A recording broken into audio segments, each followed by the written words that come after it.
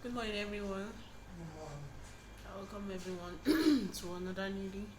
We'll continue our book reading, Selling Advanced Selling Strategy by Brian Tracy.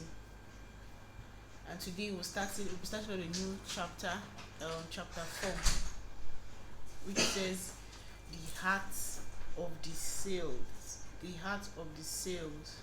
This chapter is going to teach us how to become one of the most effective and efficient salesperson in our industry, and we're also going to learn how to accomplish our goals and objective with minimum effort and a maximum of personal effectiveness. That is what the next chapter is going to teach us.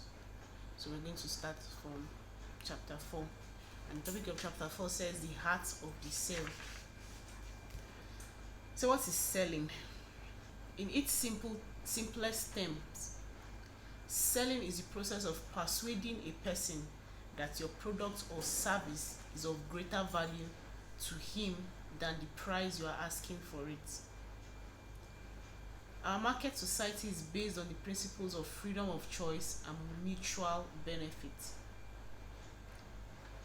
Each party to a transaction only enters into it when he feels that he will be better off as a result of the transaction than he will be without it.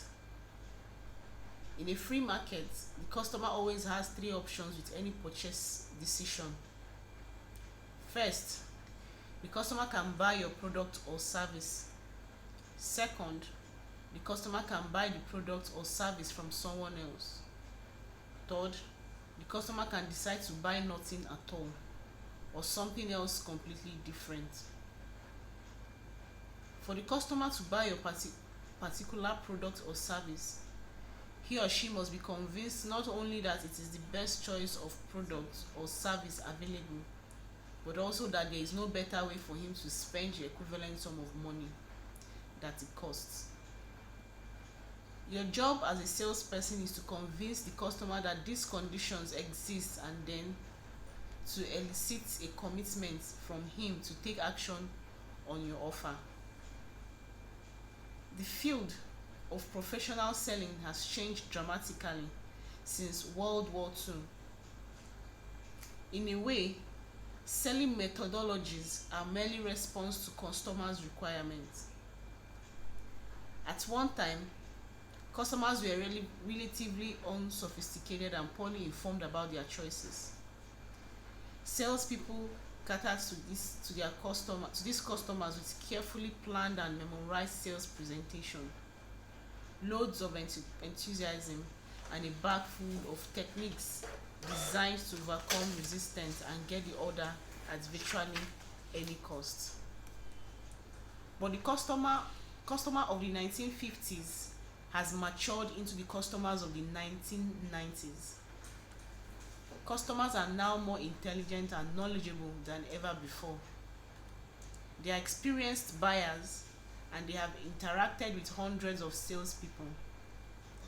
They are extremely sophisticated and aware of the incredible varieties of products and services that are available to them, as well as the relative strengths and weaknesses of these products. Many of them are smarter and better educated than most salespeople, and they are far more careful about making buying decisions of any kind. In addition, they are overwhelmed with work and other responsibilities and undersupplied with time. Because of the rapidly increasing rate of change, downsizing, restructuring, and the competitive pressures surrounding them, customers today are hurried and hassled. They are impatient and demanding. To sell to today's customers require a higher level of sales professionalism than has ever before been required, and it is only going to become a tougher and more competitive in the months and years ahead. The entire process of selling today is more complex than it has ever been. It used to be that we would make a single call on a single buyer who would make a single decision on our product or effort or offering. In this uncomplicated world of selling, we use the four parts AIDA model, that is attention, interest, desire, action, and focused on different ways of closing the sales. Once we had made the sales, in most cases we never needed to see the customer again. Today, however, everything is different. In most cases, we must make multiple calls, an average of 5 or 6, in order to make a sale. We deal with multiple decision makers in an organization, each of whom can influence the purchase. Much of the sales take place when we are not present. Sometimes we never even meet the final decision maker who signs the check. And it is not unusual for a sales to be derailed at the last minute by something completely unexpected. If that weren't enough, there is more competition today than ever before, and it is more determined and resolute than it has ever been. Not only must we compete on the basis of price, quality, service, capability, financing, warranties with many other vendors of similar products or services, but we must also compete with every other vendor of every other product or service who is striving to get the same customer dollar that we are after. Our competitors are driven by the same forces we are, by tighter markets, fewer sales, and more discriminating customers. Our competitors are committed to starting early, working hard, and staying up late thinking of ways to take our customers away from us. Our prospective customers are best on all sides by every conceivable sales offering, because they are drowning in details, options, and choices. They are in no hurry to make up their mind. With markets changing and contracting, the amount of discretionary funds they have available has shrunken, and they are more cautious today than they have ever had to be in the past. The purpose of a business is to create and keep a customer. If a business does this in sufficient quantity and with proper cost control, it will make a profit. The profit is the result of creating and keeping customers efficiently. As the president of your professional sales corporation, your job is to create and keep customers as well. And just as a company must continually restructure and redesign its product and service offering to satisfy the changing taste of a demanding and competitive customer marketplace, you as a salesperson must consistently upgrade the quality and sophistication of your sales procedure and approaches if you're going to create customers in sufficient quantity. Okay, so this is where we'll stop for our reading this morning. It says the heart of the sales. What it first of all defined was the selling process, which it defined selling as the process of persuading someone to buy your product and your services, or someone to patronize you or purchase your products and services. And you also try to persuade that person, or try to persuade that customer that okay, your product or your service are a greater value to him, notwithstanding the price. So he went ahead to tell us that people now have multiple choices when it comes to patronizing, or when it comes to purchasing products and services.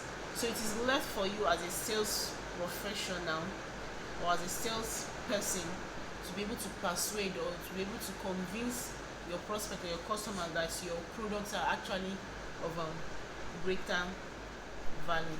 It has told us that selling has changed from when it used to be from 1950s to 1990s. That's told us that customers are now knowledgeable and intelligent buyer, because you can now get any information you need on any product online. You can do your research and find what you want to do and know the best product to buy. Like when we were reading Sell Like Crazy, when Sabisi was giving us examples of having someone that wants to purchase a television. There's Samsung, there's Hisense, there's LG. What does the person do? So today there are multiple choices of whatever products you want to purchase.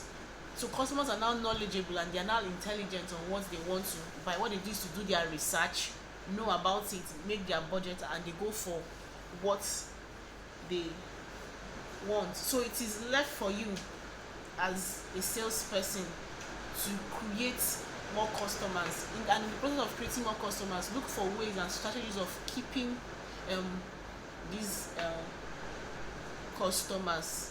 Restructure your design, restructure your approaches of approaching your customers. Think of more ways in which you can approach customers, or ways you can talk to them.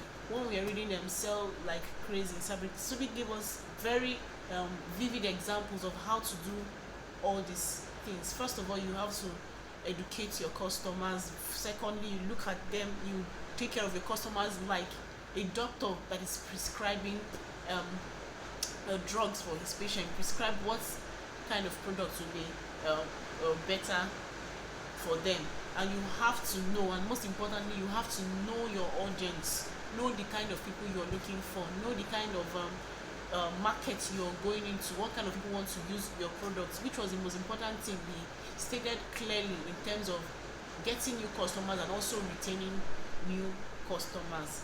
Put out your benefits and features and benefits of your products for your people out there in the market. So to satisfy your customers, just know that things keep changing every day. To satisfy a customer, you have to do a lot of things. So as you upskill and as you grow as a salesperson, also try to bring up more approaches in persuading, like what you say, when you're upselling to your customers and the rest of it. So that is it for reading today. Thank you. Thank you.